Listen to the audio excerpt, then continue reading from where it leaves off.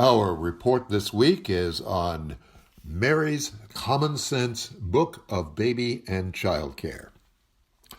No, the young, perhaps 14 or 15-year-old mother of Jesus didn't write a book like that. But at least no one's ever found one. But Benjamin Spock did in 1946. It was called the Common Sense Book of Baby and Child Care. It sold millions of copies and set a standard for child development to this day. But if she had written such a book, we can figure out some of the things that would have been in it, such as feeding them small breakfasts and having several children in one bedroom. That's partly because we've learned a fair bit about how most people lived in the first century in the Galilee.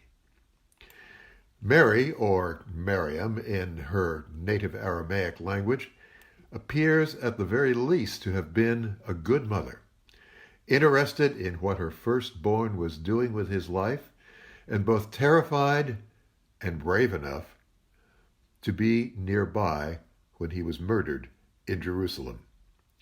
So we learn one thing from her. Her motherhood means being deeply involved in your child's thought and life, and not simply waiting for him to grow up so you can get back to corporate sales and tennis or whatever. Mary appears to have been a single mother for some years, and we know almost nothing of her family, so we can't presume that there was a surrogate father, like an uncle, in Jesus' life. The first adult occasion where we see them together is at a wedding. Mary was probably the one in the family who kept many of the social connections in Nazareth going. So getting Jesus invited may have been her doing. We learn something here, too. You help and support your son to be a member of the community and not just a social isolate. Jesus' family probably had no tub for bathing, but from childhood Jesus would have learned to bathe with a jug of water, pouring it over himself as he washed. Shaving was, for most men, no more than a weekly event, and some allowed their beards to grow somewhat longer. Mary might well have encouraged Jesus and his brothers to emulate their father, and we have little idea how that might have meant beard-wise. What we would consider a very long beard may have been quite uncommon in Jesus' time. The word beard gets no mention at all in the New Testament. In Jesus' day, the fashion among Jews seems to have been to be clean-shaven. It's interesting to speculate how much such fashions would have affected life in Galilee of the Gentiles, as it was known. There is a good chance that Jesus wore a tunic that came down just below his knee and a mantle of wool over his shoulders. Judean sandals were common then. Because of the massive inequality between the rich and the poor, he likely wore very plain clothing. He would never have worn long robes, as those were worn by the rich. Even had he been gifted with one, probably not. It would look totally out of character for him to be aping the wealthy in clothing. Mary probably washed his clothes in an open-air communal water trough. These wash troughs all over the Mediterranean world were scenes of camaraderie and gossip. Jesus, who perhaps grew to be 5'6" or 5'8", would likely have had the good fortune to be in a household where he shared a bedroom with at least some of his brothers.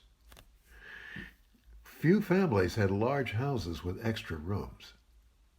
The result of this, as we now find, is that children sleep better, get along better with other kids, and later, as adults, have fewer emotional problems and so forth when they sleep in a room with others. Well, at that time, neither privacy nor isolation was a birthright. James P. Campbell writes, "Each day began with a light breakfast of bread, or a piece of bread with fruit, but sometimes fish also."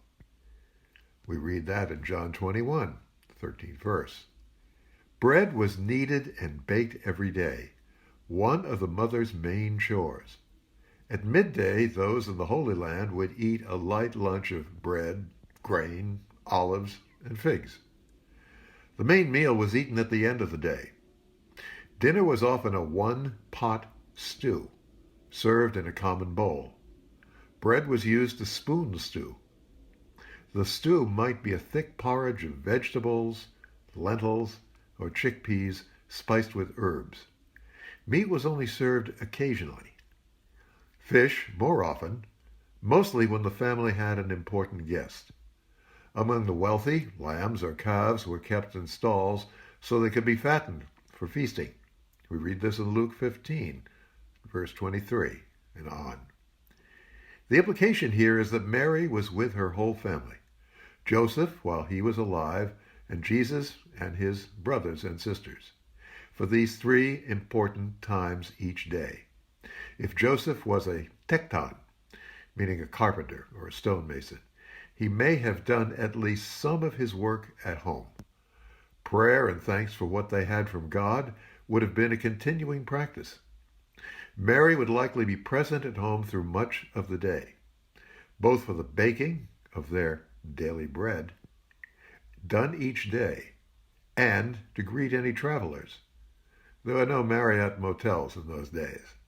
Hospitality was universal, for there were no strangers, as those of Israel remembered how God provided for them when they were aliens in Egypt. Deuteronomy 24, verse 17. Jesus would have grown up in a household where people lived, worked, ate, and prayed together daily. A good prerequisite for a prophet.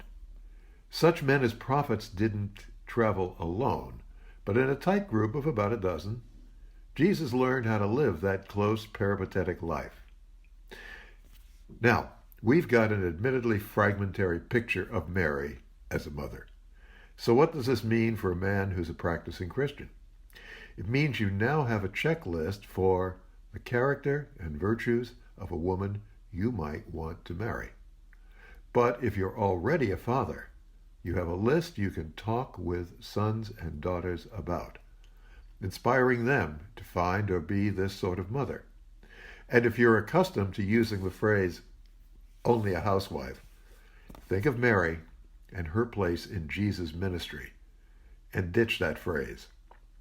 It was a woman's responsibility to teach her children about Yahweh, the God, and Judaism until the age of 7. Boys were then handed over to a male teacher at the synagogue and taught to read. A former queen of Israel, Alexandra, had mandated that all Jewish boys should be able to read the scriptures. Nothing wrong with today's emphasis on the right preschool or an elite college and so forth, as long as we get these basics, including a knowledge of scripture, into our kids before we go on to the fancy stuff.